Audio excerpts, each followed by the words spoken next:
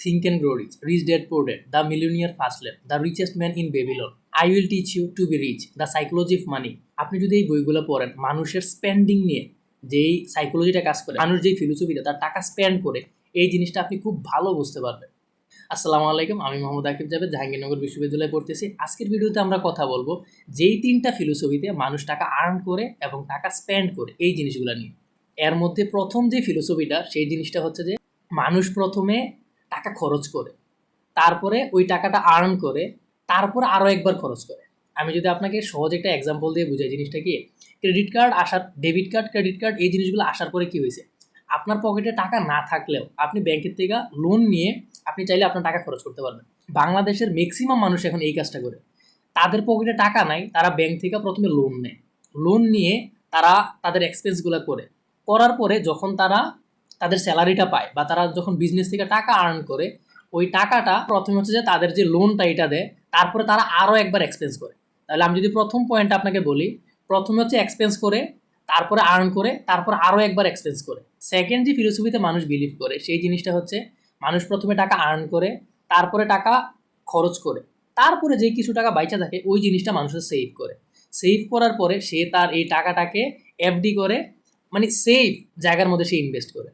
Third ফিলোসফির যে মানুষগুলো আছে, সেই মানুষগুলা প্রথমে টাকা আর্ন করে, আর্ন করার পরে সে টাকা খরচ না করে, সে প্রথমে টাকাটা আর্ন করার পরে টাকাটা সেভ করে, সেভ করার পরে যেই টাকাটা থাকে সেই টাকাটা সে খরচ করে। আমি যদি আবার বলি, থার্ড ফিলোসফির মানুষগুলা প্রথমে টাকা আর্ন করে, আর্ন করার পরে সেই টাকার থেকে একটা পোর্শন টাকা সেভ করে, সেভ করে টাকা ইনভেস্ট করে, তারপরে যেই টাকাটা বাকি থাকে সেই টাকাটা হচ্ছে যে সে তার এক্সপেন্স, ডে টু ডে লাইফের নিড, ওয়ান্ট, এই জায়গার মধ্যে সে খরচ করে। আপনাদের কাছে আমার একটা সিম্পল কোশ্চেন, আপনার কাছে কি মনে হয় বাংলাদেশের যারা রিচ পিপল আছে, ওয়ার্ল্ডের যারা রিচ পিপল আছে, তারা কোন ফিলোসফিতে বিশ্বাস করে বলে আপনার মনে হয়?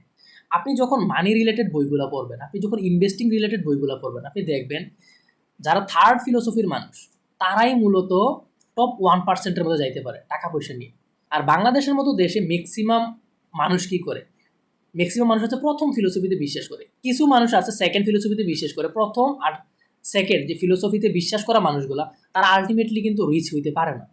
তারা এই যে র্যাট রেসের মধ্যে সবসময় ঘুরপাক খায়। আপনি যদি র্যাট রেস থেকে বের হইতে চান, তাহলে আপনার উচিত থার্ড যে ফিলোসফিটা, ওই ফিলোসফিতে বিশ্বাস করা, প্রথমে টাকা আর্ন করা, নিজের অ্যাক্টিভ ইনকাম সোর্স কীভাবে আরও বাড়ানো যায়, নিজে কীভাবে আরও স্কিলফুল হওয়া যায়, এইটার পিছনে নিজে আরও বেশি সময় দেওয়া, বেশি টাকা আর্ন করার চেষ্টা করা, তারপরে সেই টাকাটাকে সেভ করে ভালো কোথাও ইনভেস্ট করা, তারপরে হচ্ছে যে যেই টাকাটা বাকি থাকবে সেই টাকাটা হচ্ছে যে এক্সপেন্স করা।